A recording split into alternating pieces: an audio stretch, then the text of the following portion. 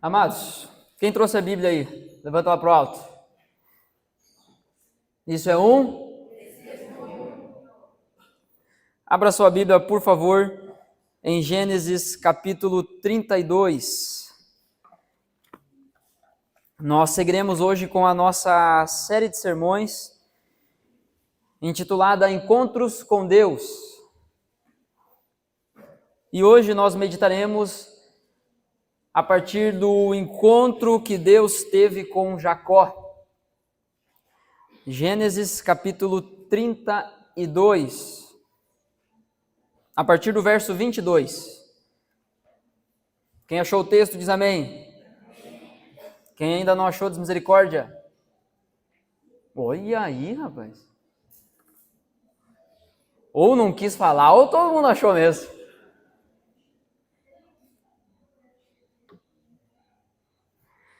A proposta dessa série é uma apenas. Ninguém que encontra Deus permanece o mesmo. Toda vez que alguém tem um encontro verdadeiro com quem Deus é, essa pessoa não sai do mesmo jeito. É impossível permanecer intacto diante de Deus. Quando lemos o livro de Gênesis, algumas perguntas vêm à nossa mente. E pode até mesmo essas perguntas causar algumas inquietações no nosso coração. Mas o propósito de Deus ao revelar, a deixar registrado o relato de Gênesis não é apenas para informar o nosso intelecto, mas é para transformar o nosso coração, é para nos transformar através da sua revelação escrita, e revelada e preservada por Deus ao longo da história. Nós vemos Deus revelando a sua santidade, Deus se revelando como aquele que é completamente outro, não existe ninguém sequer parecido com Deus. Ele confronta o nosso coração e também nos envia a esse mundo com um propósito. Nós vemos que a cada encontro com Deus, há um propósito de Deus através da vida das pessoas que Ele encontra em se revelar e que cada vez mais pessoas possam conhecê-lo. Eu pergunto a você, você está disposto a ter um encontro verdadeiro com Deus? Ou você está disposto a permanecer diante daquele que já te encontrou? Porque aqueles que já tiveram um encontro verdadeiro com Deus sabem bem que permanecer diante de Deus também não nos deixa intactos. Quanto mais caminhamos com o Senhor, mais percebemos que há coisas que Ele vai mexer, que Ele vai trabalhar, que Ele vai mudar. E nem sempre isso vem com anestesia, por assim dizer. Na maioria das vezes dói, e dói um tanto. Mas a pergunta permanece, você está disposto a ter um encontro verdadeiro com Deus? Não apenas com as coisas de Deus, com a bênção, não, mas com a presença de Deus. Nós vamos falar hoje sobre o encontro de Deus com Jacó. E eu quero ler o texto. A partir do verso 22 será o nosso texto base, nós faremos algumas considerações sobre a história de Jacó como um todo. Mas o nosso texto base será aqui. A partir do verso 22, então, diz assim: Naquela mesma noite, Jacó se levantou, tomou suas 2 mulheres, suas 2 servas e seus 11 filhos e transpôs o val do Jaboque. Reuniu todos e fez com que passassem o ribeiro. Também fez passar tudo o que lhe pertencia. Jacó ficou sozinho e um homem lutava com ele, até o romper do dia. Vendo esse que não podia com Jacó, tocou-lhe na articulação da coxa, de modo que a junta da coxa de Jacó se deslocou na luta com o homem. Então o homem disse: Deixe-me ir, pois já rompeu o dia. Jacó respondeu: Não o deixarei ir se você não me abençoar. Então o homem perguntou: Como você se chama? Ele respondeu: Jacó. Então disse: Seu nome não será mais Jacó, e sim Israel, pois você lutou com Deus e com os homens e prevaleceu. Jacó disse: Por favor, diga-me como você se chama. Ele respondeu: Por que você pergunta pelo meu nome? E o abençoou ali. Jacó deu àquele lugar o nome de Peniel, pois disse: vi Deus face a face e a minha vida foi salva. Nasceu-lhe o sol quando ele atravessava Peniel e mancava por causa da coxa. Por isso, os filhos de Israel não comem até hoje, até a data que Moisés tinha escrito isso, né? Até hoje, o nervo do quadril na articulação da coxa, porque o homem tocou a articulação da coxa de Jacó no nervo do quadril. Vamos orar mais uma vez? Feche seus olhos. Senhor Deus e Pai, em nome de Jesus, nós clamamos ao Teu Espírito Santo que o Senhor fale aos nossos corações. Que possamos ter um encontro contigo, Senhor, através da Tua palavra. Talvez para alguns essa noite pode ser o primeiro encontro verdadeiro de suas vidas. Para alguns possa ser relembrar daquele que já encontrou. No fim, Senhor, todos nós estamos aqui e queremos a mesma coisa. Queremos o Senhor. E pedimos que o Senhor fale conosco. Toca onde precisa ser tocado, nos constranja, nos molde, mas que possamos ser daqui essa noite mais parecidos contigo. Em nome de Jesus. Amém. Amém.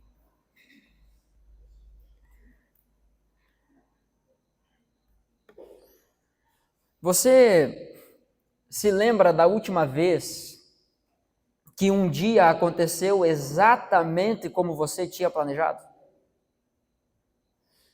Se é que houve algum dia assim. Um dia onde nada deu errado. Os mínimos detalhes, os mínimos dos planejamentos, todos deram certo. É realmente raro, tão raro que seria até difícil a gente achar na nossa memória algum dia em que isso foi verdade, onde que nada saiu do planejado. Talvez você é o tipo de pessoa que não planeja nada. Daí é fácil, né? Você não planejou nada e aí nada saiu como planejado, então tá tudo certo. Mas até mesmo quando não planejamos muitas coisas, há coisas que acontecem que fogem do nosso controle, que fogem daquilo que a gente tinha desenhado.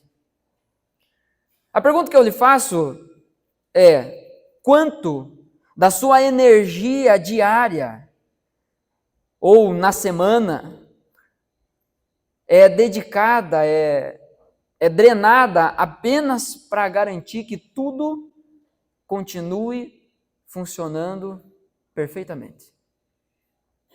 O quanto você se empenha para manter as coisas exatamente sob seu controle?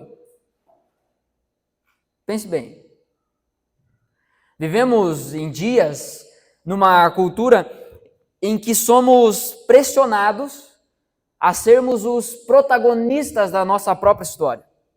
Sermos roteiristas, aqueles que escrevem, aqueles que atuam, aqueles que dirigem o filme da própria história. Somos aqueles que são os heróis da sua própria existência. Se você caminha com Cristo já há algum tempo, você já é confrontado há algum tempo acerca disso. Nós não somos o personagem principal da nossa história. Mas dia após dia, o mundo, as circunstâncias, as demandas nos propõem isso, de que somos donos da nossa própria existência. E é por isso que sempre estamos atrás de um plano B para cada falha. Se alguma coisa der errado, eu vou resolver dessa forma. E para o plano B, eu também tenho um plano C, ou um D. Para cada falha, uma resposta. Para cada crítica, uma resposta, uma estratégia sempre montada e preparada para qualquer desafio. Alguém pronto. É claro que buscar viver preparado não é errado, nem mesmo pecado. O que Jesus condena é a preocupação, é a ansiedade, e não a preparação, a dedicação, a organização, o planejamento. Não. O errado, o pecaminoso é quando nos preocupamos com coisas que nem aconteceram e tentamos tomar conta daquilo como se nós fôssemos senhores da história, senhores da nossa vida. Jesus, no Sermão do Monte, nos ensina acerca disso. Ele levanta um questionamento: quem de vocês, por mais que se esforce, pode acrescentar sequer um côvado à sua vida? A ideia é 1 centímetro sequer à sua existência, 1 segundo sequer à sua linha do tempo. Então, não estou dizendo aqui que a gente deve viver uma teologia onde a gente só deixa as coisas acontecerem e não se ocupa, não se prepara para nada, não se responsabiliza e se empenha em nada. Não, não é isso. O ponto é que muitas vezes gastamos uma força descomunal tentando sustentar uma versão de nós mesmos que seja sempre eficiente, segura e inabalável. Como se fôssemos perfeitos, como se fôssemos intocáveis. É como se colocássemos uma máscara em nosso rosto, vestíssemos uma capa em que estivesse escrito: deixa que eu resolvo. O problema é que esse esforço contínuo acaba se tornando um hábito. E quando isso se estabelece como um hábito, o perigo é acreditarmos na máscara que colocamos. Acreditarmos nós mesmos que aquilo é real. O problema disso é que isso causa uma exaustão. Esse esforço de parecer intacto, parecer perfeito todo o tempo, gera exaustão. É o peso de carregar uma máscara que nos impede de sermos verdadeiramente transformados por Deus. Porque é gradativo esse processo.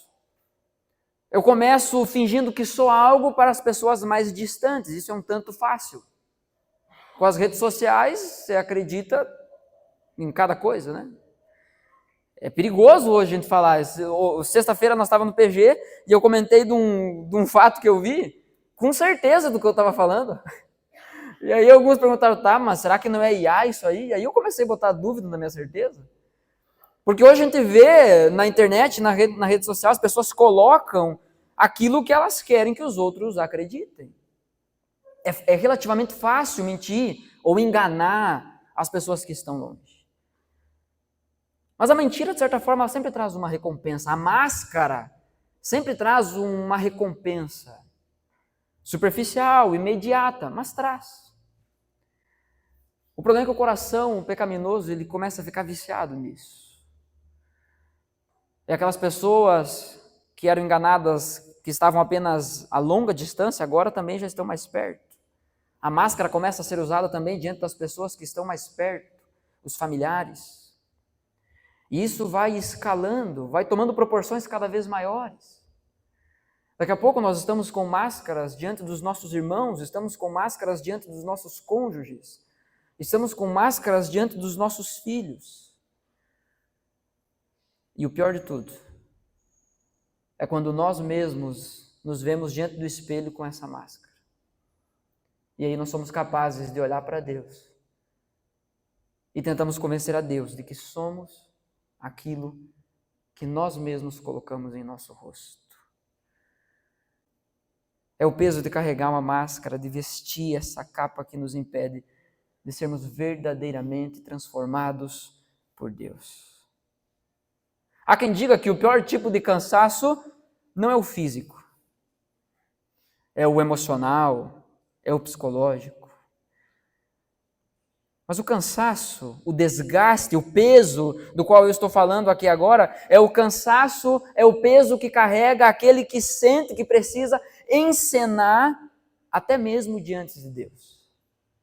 Ele não consegue parar. Pois bem, hoje, o nosso encontro é com um homem que foi mestre nisso, das articulações, das encenações, do teatro. Veremos como o Senhor lida com o nosso desejo, assim como do homem do texto de hoje, mas como o Senhor lida com o nosso desejo de controle, de querer parecer, de querer fazer. E faremos isso através de 3 movimentos do texto. O primeiro deles, a partir do verso 22 até o verso 25, nós vemos o Deus que luta. Verso 22 diz: naquela mesma noite, Jacó se levantou, tomou suas 2 mulheres, e aqui eu já quero fazer um parênteses importante, né?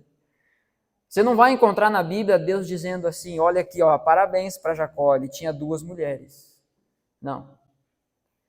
Falamos sobre isso no nosso sermão do domingo passado. Deus permite que o homem tome suas próprias escolhas, mas também o responsabiliza pelas suas próprias escolhas. E faz com que o homem lide com isso depois, com as consequências dos seus próprios pecados. A Bíblia é clara quando diz que o homem deve ter uma mulher, deve tomar essa mulher para si, os 2 se unirão em uma só carne. Mas é interessante como Deus não esconde os fracassos, como Deus não esconde os pecados desses homens e mulheres na Bíblia. Porque esse livro foi escrito para comunicar as verdades de Deus a nós. Nós temos um homem de verdade aqui, um homem falho, pecador, diante de nós, que caiu no mesmo pecado dos seus antecessores. Naquela mesma noite, Jacó se levantou, tomou suas 2 mulheres, suas 2 servas, seus 11 filhos, e transpôs o val do Jaboque. Reuniu todos e fez com que passassem o ribeiro. Também fez passar tudo o que lhe pertencia. O que está acontecendo aqui é Jacó retornando para o lugar que ele nunca deveria ter saído. É Jacó voltando para a terra que Deus tinha prometido dar a Abraão. Tinha prometido o filho da promessa, Isaque. Jacó havia herdado essa promessa. Mas, por conta das suas atitudes, do seu jeito de ser, ele acaba indo para o lugar que ele não devia. E agora ele está voltando. O caminho de volta de Jacó é o caminho do esvaziamento. Essa trajetória não é apenas geográfica. É uma trajetória espiritual também na vida de Jacó. Eu acho incrível como Deus é pedagógico em cada uma das informações que nós temos revelado na Escritura. Há coisas que gostaríamos de saber, perguntas que gostaríamos de ter respostas no texto, mas não temos. Não temos. Por outro lado, há tantas informações que temos e a gente pensa, para que isso aqui? Não deve importar muito. Mas se Deus decidiu registrar algumas informações, inclusive aquelas que achamos que não têm tanta importância, é porque possuem importância sim.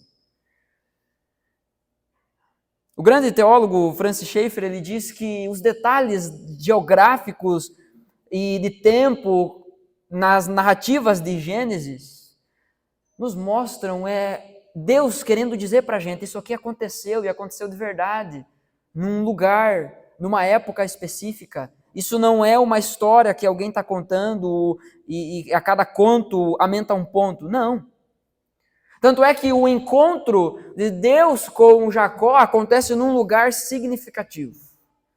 O nome do lugar é o Jaboque, o Val do Jaboque. Jaboque significa esvaziamento ou derramar-se.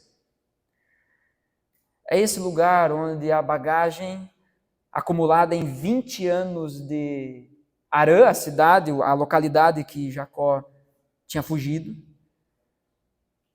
ele precisava deixar de lado isso agora. Depois de praticamente uma vida, temos alguns adolescentes, crianças aqui que não têm 20 anos. Alguns não têm tanto assim mais do que 20 anos. Mas é nesse lugar que o nome significa esvaziamento, que Deus decide encontrar Jacó. Perceba, esse homem agora não carregava apenas animais, riqueza e família. Ele trazia também uma caminhada sem Deus, uma vida sem Deus. Alguém acostumado a viver sem Deus. Quando chegamos aqui no capítulo 32, nós vemos que Jacó já tem algumas interações com Deus. Inclusive, num dos momentos que Deus aparece para ele e relembra da promessa que havia sobre a sua descendência, ele chega a fazer uma barganha com Deus, um trato com Deus, ele faz uma proposta para Deus. Tipo eu e você, às vezes, bem sem vergonha. Ele diz assim, ó, Deus, se o Senhor me abençoar, eu dou meu dízimo de tudo que eu ganhar. Imagina, Deus deve ter olhado para isso e pensado, eu vou dar para ele me dar 10% depois? Nossa, não resisti a essa proposta. Vou abençoar Jacó. Não. Como é que você barganha? Como é que você negocia com Deus que não precisa de nada? Como que a criatura pode negociar com o seu próprio Criador? Era assim que Jacó interagia com Deus. Quando ele ia falar a respeito de Deus, até mesmo quando ele ia conversar com Deus, ele falava sobre o Deus de Abraão e o Deus do meu pai Isaque, ou o Deus a quem Isaque temia, meu pai. Mas até aqui, Deus ainda não era o Deus pessoal de Jacó.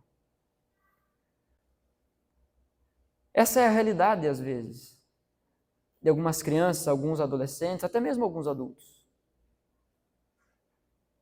É aquela história, né? Filho de peixe, peixinho é.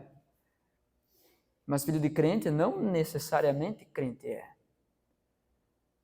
Esse Deus, que é Deus de Abraão, que é Deus de Isaque, precisa ser também o Deus de Jacó. O que nós precisamos entender a partir disso é que esse Deus precisa ser nosso, sabe, meu, pessoal. Eu não serei salvo pelas obras de outra pessoa. Eu não serei salvo pela fé de outra pessoa. Bom, Deus marcou um lugar estratégico para encontrar com Jacó e conversar com ele e dizer, agora chegou a hora de tu se esvaziar de tudo isso.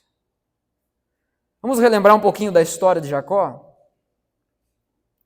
Jacó é aquele cara que passou a vida inteira tentando resolver as coisas do seu próprio jeito, mas aqui chegou a hora dele resolver a sua própria história, dele lidar com a sua história. Você deve se lembrar, ele não nasceu primeiro, mas tentou comprar a primogenitura com um prato de comida. É interessante que o relato do nascimento de Jacó e Esaú, a Bíblia nos traz dizendo que Jacó, ele nasce agarrado no calcanhar do seu irmão. Ele nasce por segundo, mas ali, ó, agarrado. Ele não nasceu primeiro, mas num determinado momento, ele tentou comprar a primogenitura. Porque o primogênito recebia mais honra dentro da família, o primogênito recebia porção dobrada da herança.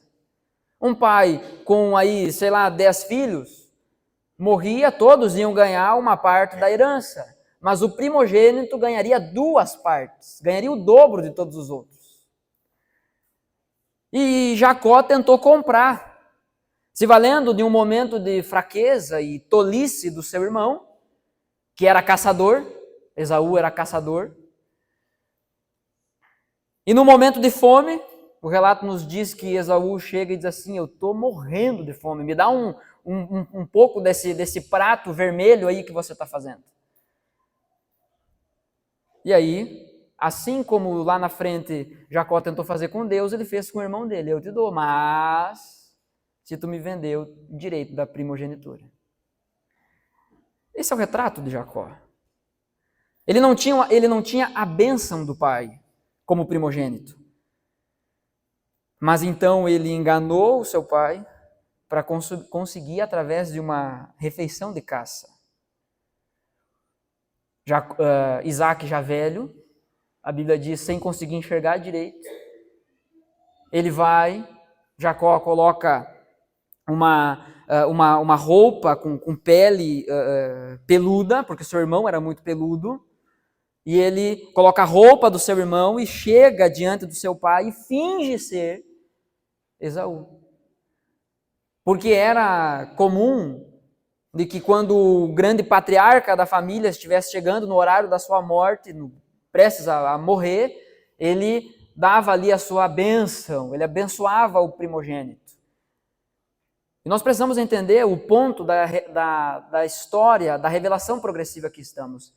Deus agia através disso. Então era Deus, de fato, abençoando o filho primogênito. Só que Jacó engana o pai dele. E ainda diz que foi Deus que ajudou a encontrar a caça rápido. Porque ele foi, saiu e voltou antes do irmão dele, Esaú. Esse era Jacó. O significado do seu nome é esse, enganador, suplantador, é aquele que vence, não importa o que custe, mas vence. Se coloca sobre o outro para triunfar sobre o outro. Obviamente ele não se dava bem com o seu irmão. Depois disso, quem se daria, né? Então, ele resolveu a situação com o irmão dele fugindo. Após fazer a bagunça ali em Canaã, ele foge para Harã, exatamente o lugar que Deus havia mandado Abraão sair. Você se lembra do chamado de Deus a Abraão? Sai da tua terra, do meio da tua parentela e vai para o lugar que eu vou te mostrar, porque é lá que acontecem as minhas promessas para ti. Jacó faz o movimento contrário. Ele sai desse lugar e volta para o lugar que Deus tinha mandado sair. Para resolver o caos que ele tinha causado no presente, Jacó foi buscar refúgio no passado, que deveria ser abandonado para sempre. É interessante como esse movimento é tão comum hoje em dia ainda. E pode ser percebido também nas nossas vidas. Principalmente aqueles que possuem um espírito mais nostálgico. A gente costuma a buscar refúgio naquilo que nos é familiar. Agar fez isso, vimos isso no domingo passado. Ela quis voltar para o Egito. E agora Jacó está voltando para o passado. Ele tinha parentes lá ainda, conhecidos por lá. E volta. Só que lá, em Harã, Jacó provou do próprio veneno com o seu sogro, futuro sogro, Labão. Eu não sei você, mas Labão para mim não me parece um nome confiável. Fecha parênteses. Desculpa. Mas lá, Jacó também foi enganado. Jacó chega lá, ele conhece Raquel, faz o olhinho dele brilhar, tipo Miquias quando chegou aqui e viu a Júlia. Veio de longe, fez o olho dele brilhar, ele pensou, é essa, encontrei. Só que ele faz um trato com Labão. Como ele não tinha dinheiro, era um fugitivo, um forasteiro até então, faz um trato com Labão. Diz, eu vou trabalhar para ti, quanto tempo? Vamos acertar aqui, quanto que vale essa mulher? 7 anos. Faz um cálculo rápido aí, se você é bom de cabeça. Quanto que você ganha em 7 anos de trabalho? Se você vai ficar triste, nem faz o cálculo então, deixa quieto. Mas ele faz um negócio com o Labão. Diz assim, eu trabalho 7 anos em troca dessa mulher, Raquel. Só que Jacó não recebe a mulher que ele queria. O que levou ele a trabalhar o dobro para poder alcançar. Chegando o dia, a Bíblia não traz detalhes sobre isso, mas é entregue à irmã de Raquel, Lia. E de alguma forma, Jacó percebe isso só depois. E aí ele chega e vai tirar satisfação com Labão. Diz assim, ei, escuta aqui, Labão, eu tratei contigo Raquel e o senhor me entregou Lia. Eu quero a minha mulher. E aí Labão resolve trazer uma atualização no contrato. Ele diz assim, não é costume do nosso povo entregar a filha mais nova no lugar da filha mais velha. Então, se tu quiser agora a Raquel, a filha mais nova, que já não seria tão nova assim, você trabalha mais 7 anos.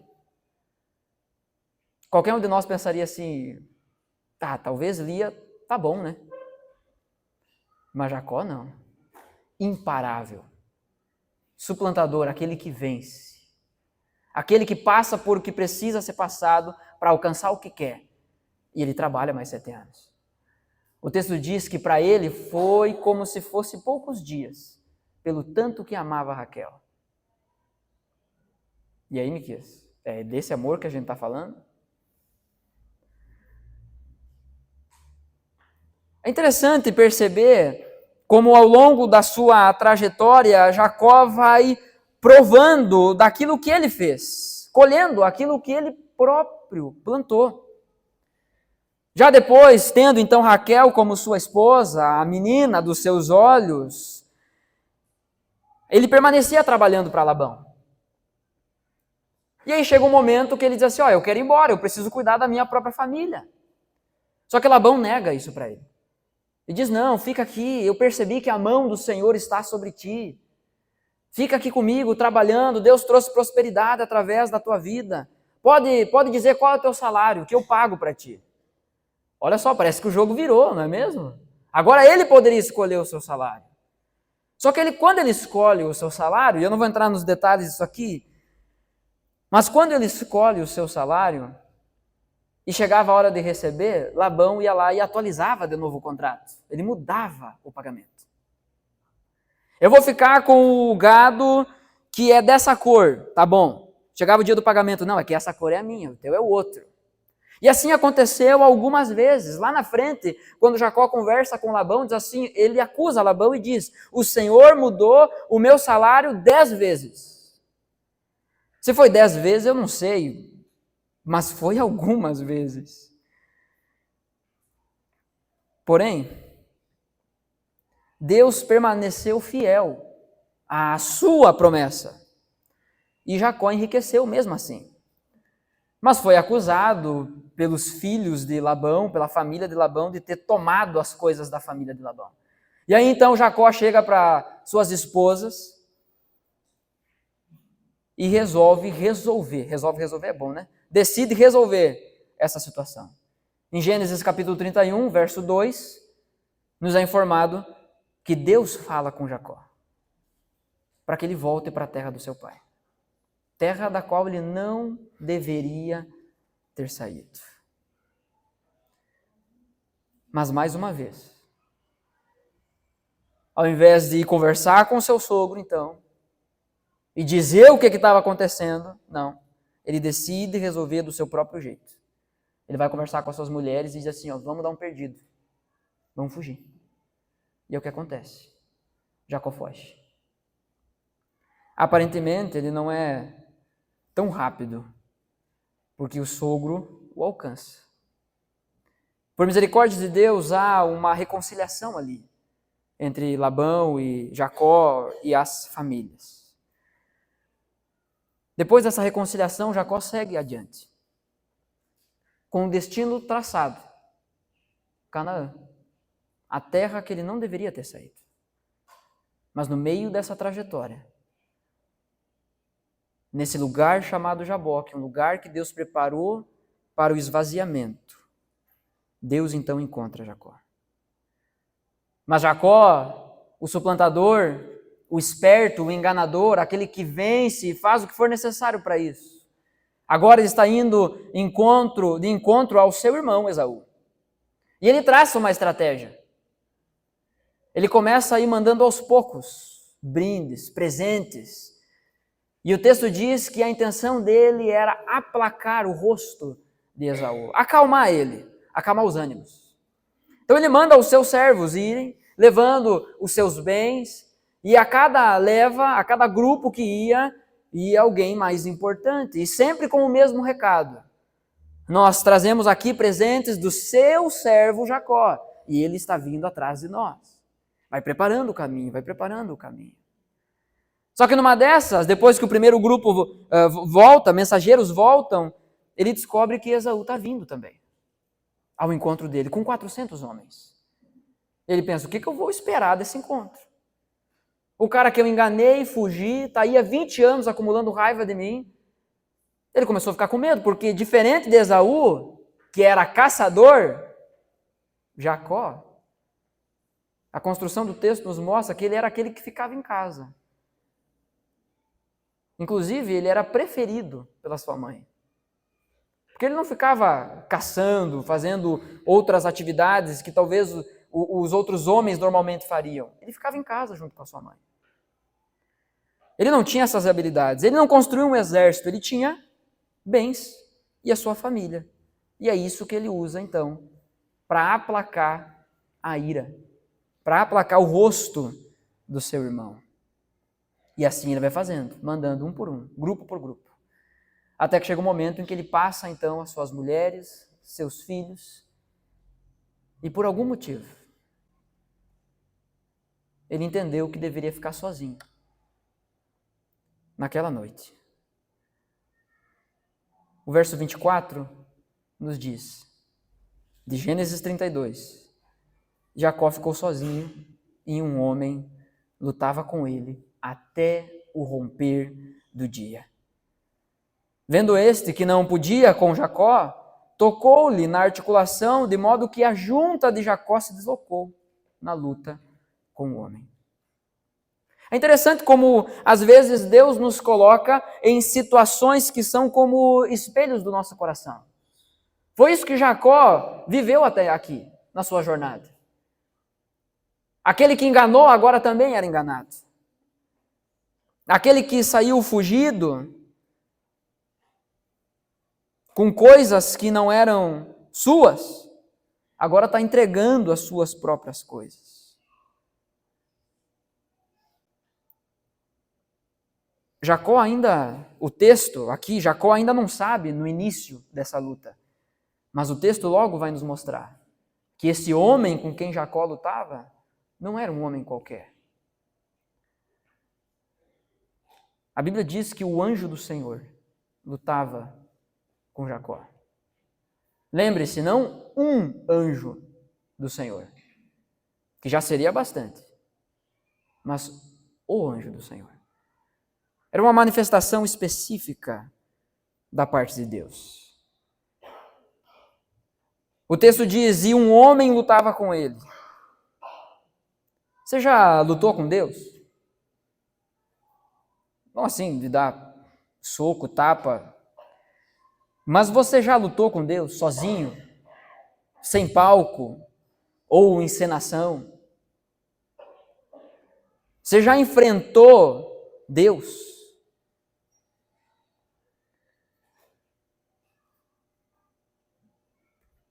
No livro Discipulado, do Dietrich Bonhoeffer, ele escreve o seguinte, acho que a frase vai estar ali. É muito mais perigoso quando eu me torno o próprio espectador da minha oração. Quando oro diante de mim mesmo. No livro, ele está falando sobre o perigo de representarmos algo diante das pessoas. Mas é muito mais perigoso quando nós queremos representar algo para nós mesmos. Eu me torno o próprio espectador da minha oração, quando oro diante de mim mesmo. Seja porque tenho prazer na condição de espectador satisfeito, ou seja, eu olho para a minha oração e penso, mandei bem. Como que Deus vai rejeitar uma oração dessa? Pensa numa oração boa. Então, seja porque tenho prazer na condição de espectador satisfeito, seja porque me surpreenda orando e me sinta estranho e envergonhado. Independente do motivo, quando nos colocamos como espectadores das nossas próprias orações, nós estamos quebrando o princípio que Jesus nos ensinou no Sermão do Monte de orar no secreto. O reconhecimento público, continua a citação, é apenas uma forma ingênua da visibilidade que eu mesmo preparo para mim. Posso fazer uma encenação e tanto, até mesmo sozinho em meu quarto. Mas agora, aquele que vestia roupas de outro, que enganava os outros, que botava uma máscara para parecer outra pessoa, está finalmente só, diante de Deus e lutando com Deus. Você já lutou com Deus? Deus já te levou ao seu jaboque, ao seu lugar de esvaziamento? E ali te chamou para a briga? É óbvio que Deus não quis matar Jacó aqui. Ninguém que luta com Deus poderia lutar de igual para igual. Jacó nem sabia inicialmente, mas estava lutando de fato com Deus. E é interessante que o texto mostra que é o homem, o anjo, que inicia essa luta. O texto não diz que é Jacó que ia lutar com esse homem, mas é o homem que lutou com Jacó. É o homem que inicia essa luta. E a duração desse conflito para nós é pedagógica. Essa luta dura até o amanhecer. Pensa numa briga feia. Até o amanhecer. Jacó era aquele que não desistia fácil do que queria. Ele havia decidido que ia encontrar sua família do outro lado do ribeiro que tinham atravessado. Ele havia decidido que ia voltar para Canaã. Ele havia decidido que ia encontrar com o seu irmão. E agora tinha alguém no caminho. E ele não desiste fácil. É fato que Jacó tinha herdado a promessa de Abraão e Isaac, mas ele tentou ser abençoado nos seus próprios métodos. E a luta dura muito tempo, porque há muita coisa para ser esvaziada. São 20 anos numa terra distante, fugindo da promessa e do propósito de Deus. Mas se Deus não queria matar Jacó, e poderia ter feito isso facilmente, por que ele fica brigando com Jacó? Por que ele dá essa chance para Jacó? Como eu disse, a Bíblia tem algumas informações que às vezes a gente deixa de lado, e tem outras que nós gostaríamos muito que tivesse, e não tem. E o que a Bíblia não diz com clareza, eu não vou afirmar com certeza. Então eu não sei como que aconteceu essa briga aqui. Mas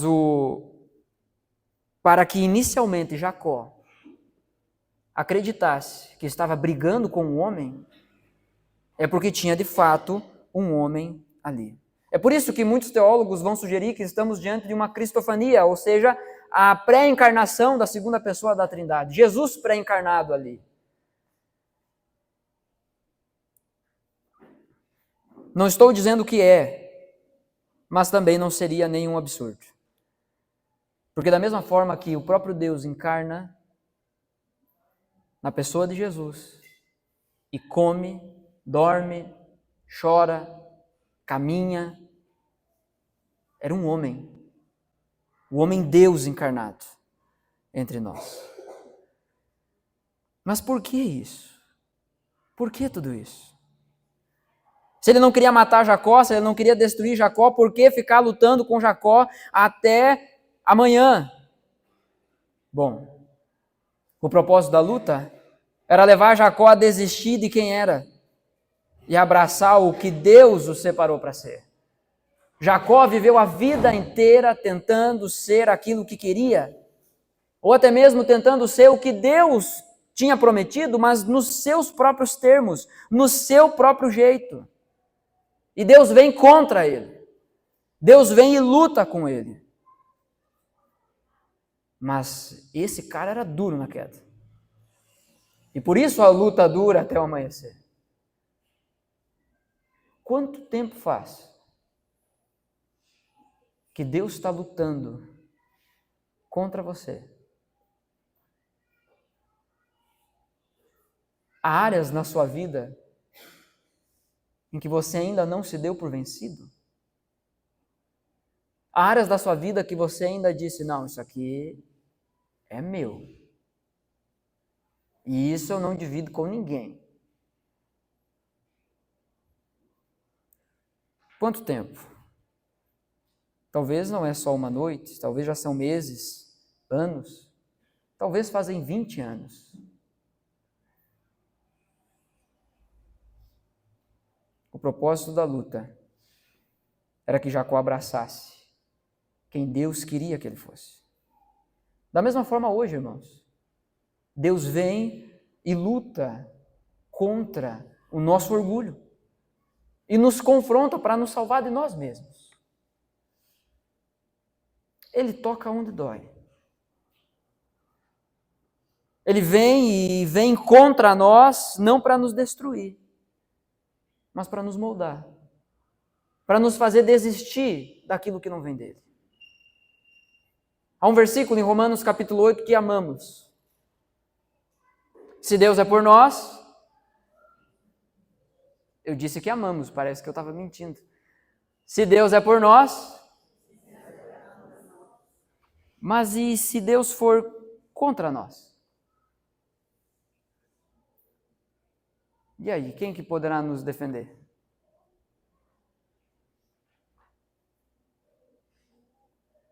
Não tem como escapar. Se Deus quiser nos destruir, Ele poderia fazer isso. Mas Ele luta contra o nosso orgulho para nos salvar de nós mesmos. E é apenas depois dessa luta que acontece a transformação em Jacó.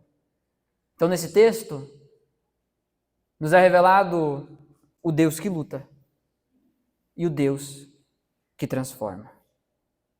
Dos versos 26 a 29 diz: Então o homem disse, deixe-me ir, pois já rompeu o dia. Jacó respondeu, não o deixarei ir se você não me abençoar. Repare, não há no texto nenhuma reprovação quanto à insistência no conflito. Deus vai lutar com você quanto tempo for necessário. Não há uma reprovação aqui do homem dizendo que Jacó errou. Perceba na construção aqui. Leia o texto como um todo. Há batalhas que travamos no coração com Deus, que serão longas, aparentemente intermináveis, mas no final, é nós que precisamos perder para poder ganhar. Pela primeira vez, Jacó não tenta outro jeito, mas ele pede auxílio. Em algum momento dentro dessa luta, ele entendeu. Eu bato, e ele não se machuca? Só eu canso? Eu não sei o que aconteceu. Mas em algum momento dentro desse conflito, Jacó percebeu, tem alguma coisa estranha. Tanto é que quando o anjo do Senhor diz, deu, acabou, estou saindo.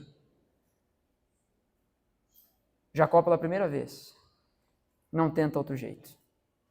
Mas ele diz, se agarrando, e diz, eu não vou te deixar ir.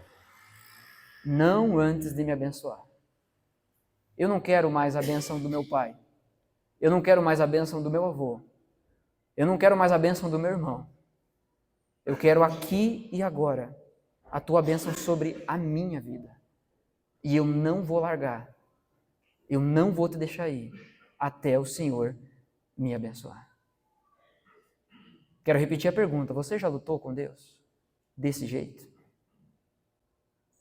Talvez uma noite em claro. Onde você se agarrou em Deus e disse, eu não saio daqui. Eu não saio daqui. Enquanto o Senhor não me abençoar, enquanto o Senhor não falar comigo, enquanto o Senhor não me dá uma direção, eu não saio daqui. Não é sobre empurrar a nossa vontade sobre Deus, mas é sobre entender que a vontade de Deus no fim precisa prevalecer. É Jacó pela primeira vez dizendo, eu tentei de tudo, até aqui eu fiz desse jeito, e olha onde eu estou, lutando a noite inteira e não cheguei a lugar nenhum. Então eu não vou abrir mão disso, Eu não vou abrir mão do Senhor, eu não vou te soltar, eu não vou te deixar ir até que o Senhor me abençoe. O enganador, suplantador, o que vencia de um jeito ou de outro, agora pede para ser abençoado. Ele diz: não tem jeito para mim, eu não consigo de outra forma. Eu acho interessante esse movimento do texto, porque me lembra muito o caminho de Emaús. Quando Jesus aparece aos 2 discípulos, já ressurreto, mas os 2 discípulos não reconheceram Jesus. E quando estavam chegando na entrada da cidade, o texto de Lucas, capítulo 24, diz que Jesus fez como se fosse passar adiante. Ele não ia ir, mas o texto diz, ele fez como se fosse. E aí os discípulos convidaram Jesus para entrar. Para mim é a mesma cena aqui.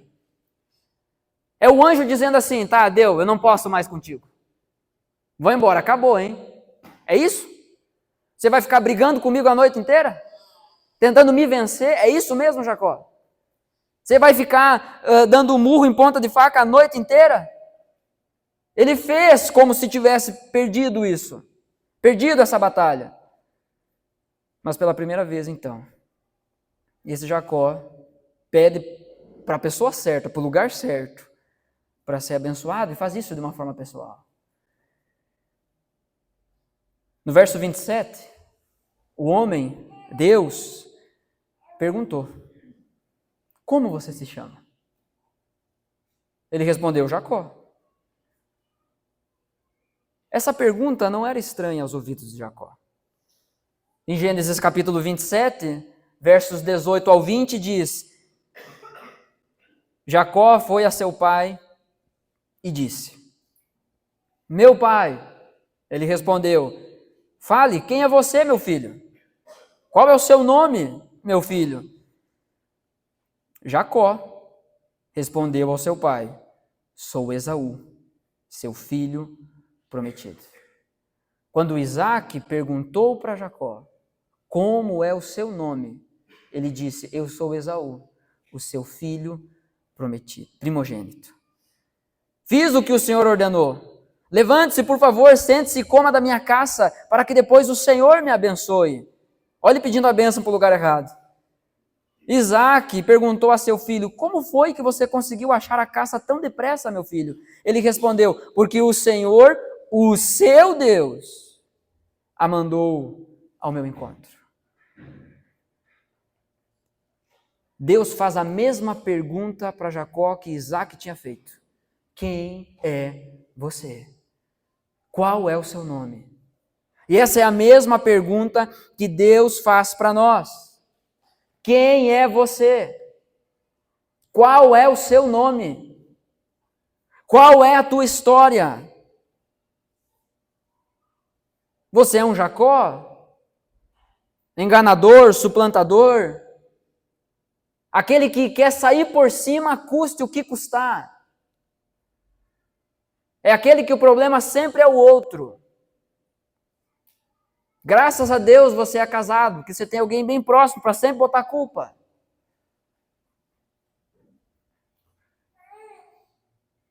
Quem é você? Perceba, a pergunta de Deus aqui não é porque Deus queria informação. Deus queria uma confissão. É confessando quem somos que seremos transformados naquilo que precisamos. Mas enquanto continuarmos com a máscara, não tem transformação. Talvez hoje você diante de Deus precisa dizer: eu sou Jacó. Você precisa chegar diante de Deus e dizer: eu sou esse. Sem máscaras, sem tentativas. Mas é que o meu filho, mas é que a escola, mas é que eu trabalho. Não, quem é você? Deus está perguntando a nós hoje: quem é você? Quem somos nós diante dele? O verso 28 nos traz o resultado disso. Então o anjo, o homem, disse: seu homem não será mais Jacó, e sim Israel, pois você lutou com Deus e com os homens e prevaleceu. Jacó disse: por favor, diga-me como você se chama. Ele respondeu: por que você me pergunta pelo meu nome? E o abençoou ali. Jacó já havia resolvido o conflito com o seu sogro Labão e estava a caminho de uma reconciliação com o seu irmão. Mas faltava ainda o mais importante. Jacó ainda não tinha se resolvido com Deus. Jacó lutou com Deus e com homens a vida inteira e prevaleceu. Mas chegou a hora de perder. Chegou a hora de Jacó ir para a lona. Chegou a hora de eu e você perdermos a nossa batalha contra Deus. Chegou a hora de parar de ser indomável, orgulhoso. Você precisa se resolver com Deus.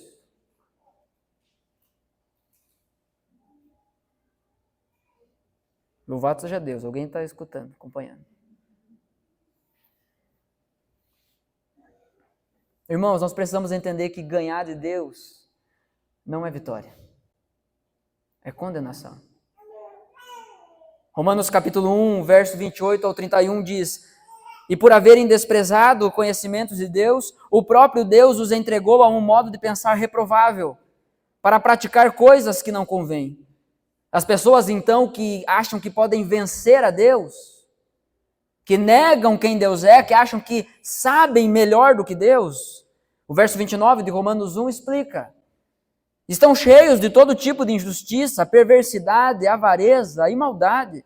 Estão cheios de inveja, homicídio, discórdia, engano e malícia. São difamadores, caluniadores, inimigos de Deus, insolentes, arrogantes, orgulhosos, inventores de males, desobedientes aos pais, insensatos, desleais, sem afeição natural e sem misericórdia.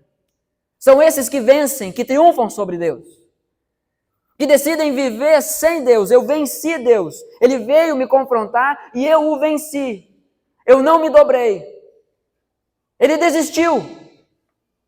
Pois esse é o quadro das pessoas que vencem a Deus. Eu consegui impor a minha vontade sobre Deus, eu manipulei Deus, eu prevaleci sobre Deus e prevaleci sobre homens, sobre as pessoas. Eu arquitetei as coisas. Eu converso com um, eu converso com outro, para no fim dar tudo para mim, tudo do meu jeito. Condenado é a sua situação. Perdido nos seus pecados é a sua situação. E não vitorioso. Vencer a Deus não é vitória, é condenação. A pior coisa que pode acontecer ao ser humano é Deus o entregar aos seus próprios desejos e fantasias distorcidas da verdade. É a gente chegar diante de Deus e dizer: eu acho que era melhor assim. É a gente usar Deus igualzinho fez Jacó. Usar Deus para validar aquilo que nós estamos fazendo. Não, mas Deus conhece meu coração. E isso não te assusta, não? Que Deus conhece teu coração?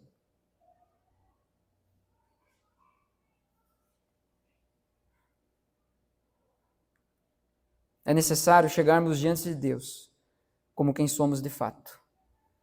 Quando a máscara cai, a transformação acontece. Pois Deus não quer abençoar e não vai abençoar os personagens que criamos.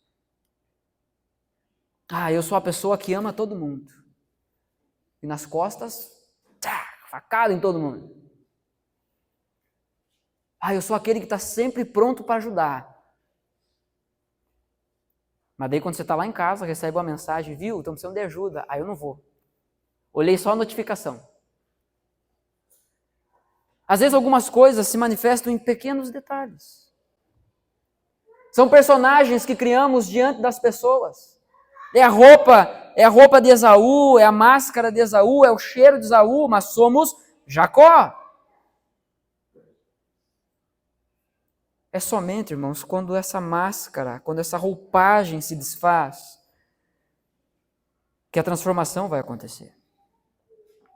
Deus não quer abençoar as ideias que você tem sobre si. Deus quer abençoar você. Então, em nome de Jesus, chegue você diante do seu Criador. Com as suas feridas, com as suas dores, com os seus traumas, com as suas raivas, os seus pecados, as suas alegrias, os seus sonhos. Chegue você diante de Deus.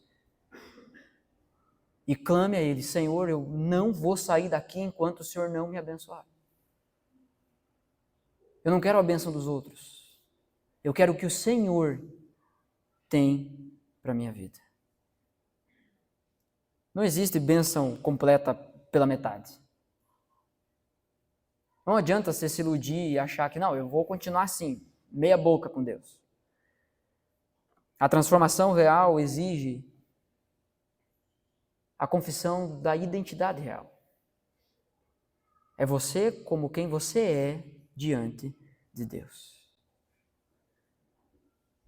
Nesse texto nos é revelado o Deus que luta, o Deus,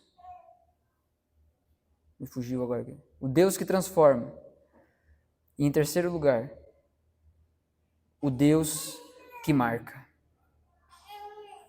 No verso 30 até o 32 diz que Jacó deu àquele lugar o nome de Peniel, pois disse: vi Deus face a face e a minha vida foi salva.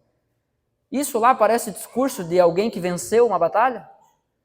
Alguém que está reconhecendo que só está vivo por um milagre? Vi Deus face a face e a minha vida foi salva. Nasceu-lhe o sol quando ele atravessava Peniel e mancava por causa da coxa. Por isso, os filhos de Israel não comem até hoje o nervo do quadril na articulação da coxa, porque o homem tocou a articulação da coxa de Jacó no nervo do quadril. Gente, a pergunta aqui não é se você sente dor na coxa ou no seu quadril. A pergunta aqui a questão aqui é: Deus marcou você? Existe alguma marca de Cristo em você? Porque após a luta, após a transformação, sobrou uma marca em Jacó. A postura de Jacó aqui é diferente agora. Ele entende, no verso 30, ele dá um nome àquele lugar. Ele entende que Deus foi misericordioso com a sua vida. Jacó vence a luta, mas sai ferido. Vence entre aspas, né? Porque o texto diz que o homem, o anjo do Senhor, depois de muito tempo de conflito, tocou de tal modo a coxa de Jacó que deslocou. Não parece ter esforço. Eles estavam numa briga braba a madrugada inteira. Mas de repente, quando ele entende que agora acabou, ele toca para mostrar: não tem como tu vencer essa batalha. Jacó só sai vencedor dessa briga porque Deus foi misericordioso com a sua vida. E Jacó reconhece isso quando diz: vi Deus face a face e a minha vida foi salva. Quando Deus muda o nome de Jacó e Jacó pergunta para Deus: e o Senhor, como é que o Senhor se chama? Ele diz: por que tu quer saber meu nome? Por que tu quer tomar o controle sobre essa conversa? Você já sabe quem eu sou. Eu dou o nome aqui, eu mando aqui, você não precisa saber meu nome. Jacó sabia muito bem diante de quem ele estava. Porque depois ele dá o nome para o lugar e diz: Peniel, eu vi Deus face a face e a minha vida foi salva. Ele vence essa luta, mas sai ferido. Deus toca então na articulação de Jacó, que era um ponto de força.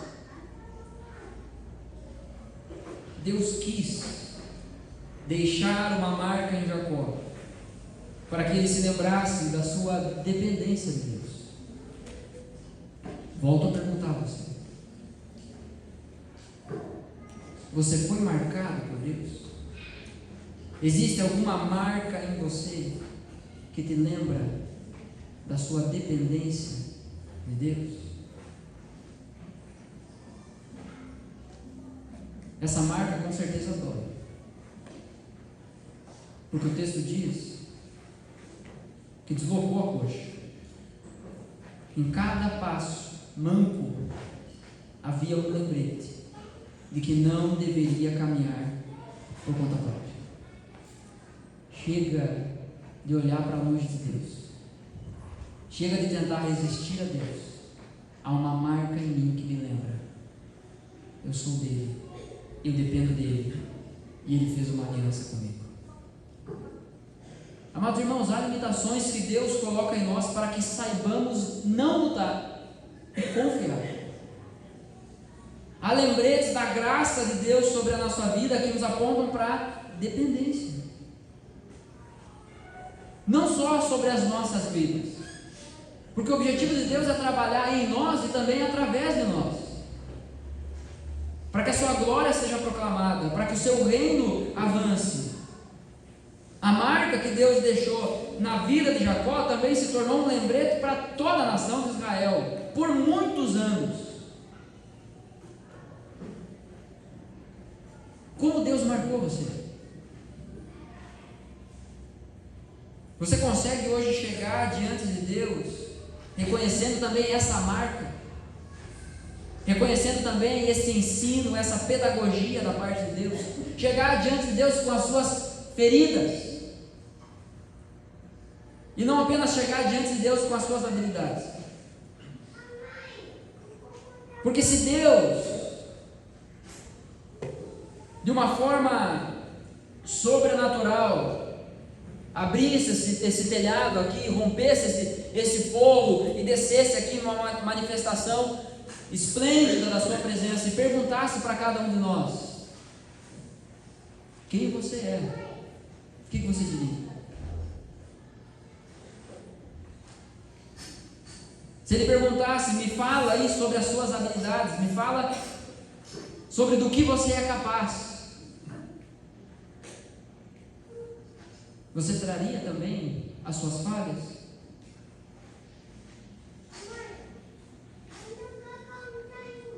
Quando Jacó atravessa o rio Ribeiro para enfrentar o seu passado, ele não é mais agora como um fugitivo, astuto, enganador. Agora ele é um novo homem, que possui marcas em seu próprio corpo de que ele teve um encontro verdadeiro com Deus. Pense comigo nesse reencontro. Jacó encontrando seu irmão Esaú. E aí daqui a pouco Esaú pergunta: e essa perna, o que aconteceu? Olha, a noite foi cumprida.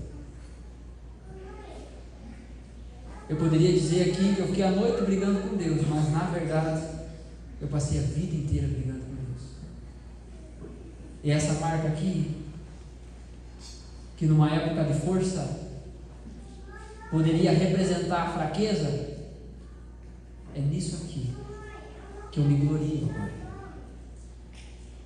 Porque o meu andar manco mostra que Deus me encontrou. Amados irmãos, tudo o que precisamos é sermos marcados pela graça e submetidos à soberania do Senhor.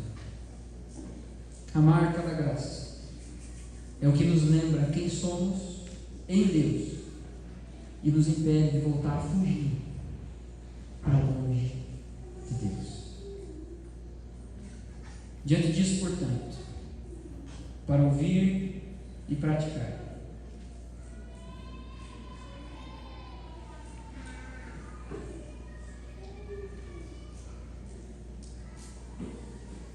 você já foi marcado pela graça?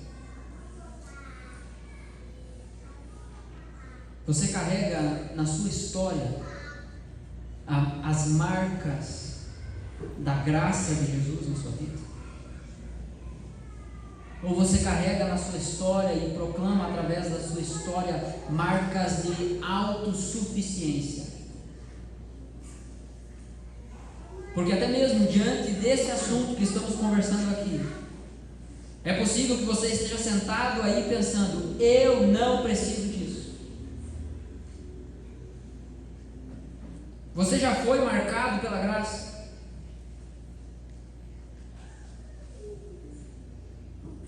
Se você tem tentado viver pela força do seu próprio braço, eu não preciso conhecer a sua intimidade para saber qual é a sua condição hoje.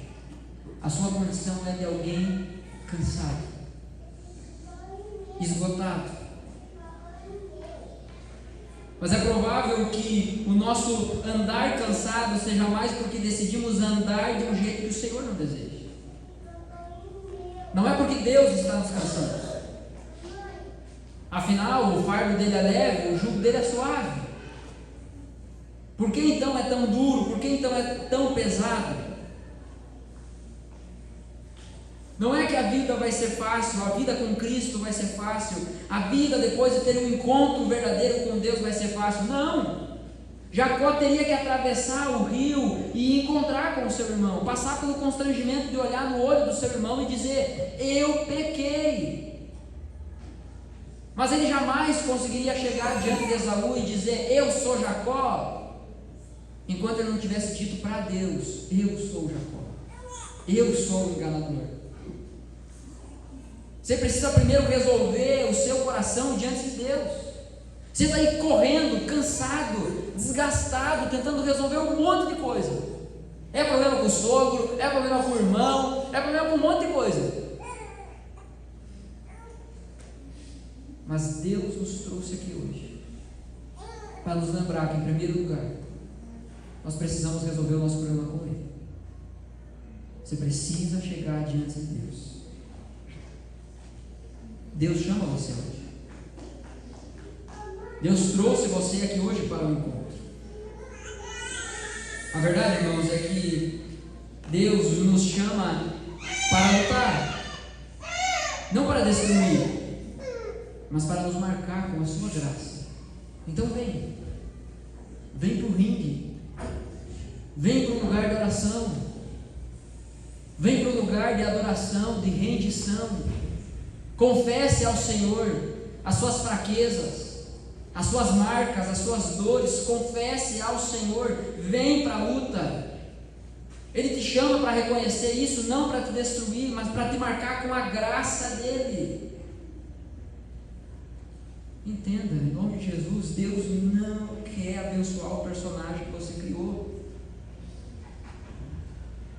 Deus quer transformar a pessoa real que você é no secreto, diante dele, sem máscara.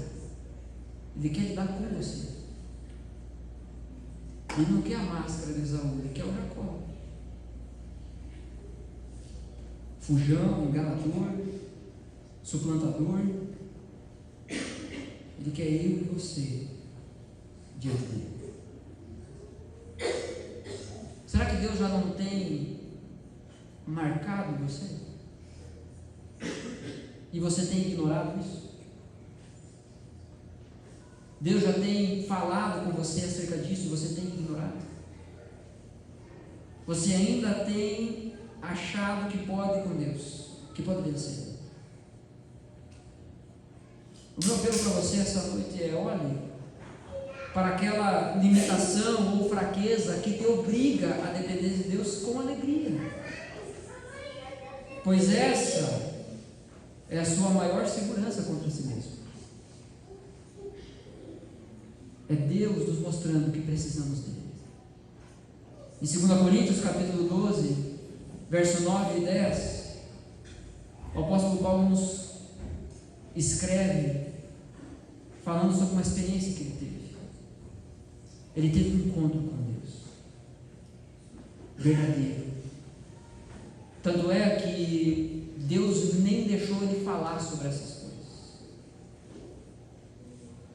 Mas para que ele não fosse acometido por orgulho, foi colocado em sua carne um espinho, um mensageiro de Satanás, diz o texto. E Paulo luta com Deus, briga com Deus. Não sei quanto tempo durou essa luta, Mas o texto diz, então, que ele pede 3 vezes para que esse espinho seja retirado. E por favor, não reduza isso a um mantra. Deus tira esse espinho, Deus tira esse espinho, Deus tira esse espinho. Ah, não, tá bom. Isso fala sobre perseverança, sobre constância. Ele pede, Deus tire esse espinho. Mas a resposta de Deus no verso 9 é: a minha graça é o que basta para você. Porque o poder se aperfeiçoa na fraqueza. Não é na força de Esaú, é na fraqueza de Jacó. A resposta do apóstolo Paulo àquilo que Deus disse é: de boa vontade, pois, mas me gloriarei nas fraquezas, para que sobre mim repouse o poder de Cristo. Se é de um fraco que ele precisa, eu sou esse. Por isso, porque o poder de Cristo se aperfeiçoa na fraqueza, então por isso sinto prazer nas fraquezas, nos insultos, nas privações, nas perseguições, nas angústias, por amor de Cristo. Porque quando sou fraco, é que sou forte. O apóstolo Paulo nos ensina qual deve ser a nossa postura diante de Deus. É de pessoas que não negam as suas marcas, porque essas marcas revelam a nossa dependência da graça dele. Então você precisa tomar uma decisão hoje. Você sai daqui cheio de si, ainda brigando com Deus, achando que pode vencê-lo e dobrá-lo à sua própria vontade, ou você sai daqui dizendo: eu sou Jacó, eu preciso do Senhor, eu sou fraco e preciso de Ti. A revelação do Cristo ressurreto é um Cristo que carrega em si as suas marcas, porque representam a sua vitória, porque testificam sobre o seu triunfo. Não devemos nós também, então, nos gloriar em nossas marcas, mesmo que sejam coisas que nos machucaram? Amados irmãos, enquanto formos fortes em nossa força, seremos fracos em Deus. Aqui é o nosso Jaboque. Deus marcou um encontro com a gente para o nosso esvaziamento. Quando Deus vem ao nosso encontro, Ele luta e vence, pois não existe transformação com encenação. Isso foi verdade sobre Jacó e é verdade sobre você. Um encontro verdadeiro com Deus não deixa espaço para a neutralidade. Ou nos rendemos ou resistimos, mas jamais saímos iguais. Quero convidar você a se colocar em pé para juntos orarmos.